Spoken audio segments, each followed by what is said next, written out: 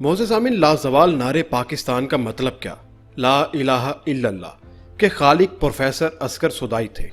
Professor सोदाई ने 1944 में अपनी तालिब इल्मी के दौर में तहरीक पाकिस्तान के दौरान एक नज़म कही थी, तराने पाकिस्तान, और ये बेमिसाल मिसरा उस नज़म का है। उनसे एक बार पूछा गया था कि ये मिसरा कैसे आपके ज़हन में आया, तो उन्होंने कहा कि जब लोग पूछते थे कि मुसलमान पाकिस्तान का मुतालबा करते हैं लेकिन पाकिस्तान का मतलब क्या है, तो मेरे जहन में आया कि सबको बताना चाहिए कि पाकिस्तान का मतलब क्या है। और सामीन, ये नारा हिंदुस्तान के तूलो अर्ज में इतना मकबूल हुआ कि पाकिस्तान की तहरीक और ये नारा लाज़िम मलजूम हो गए।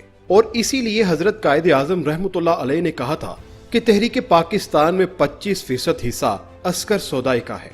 मोअज़्ज़ज़ सामीन, हजरत अल्लामा इकबाल रहमतुल्लाह अलैह, मौलाना ज़फ़र अली खान और फैज़ अहमद फैज़ की तरह प्रोफेसर असगर सोदाई भी सियालकोट के एक ऐसे फर्जंद हैं कि सियालकोट उनके नाम पर हमेशा फख्र करेगा।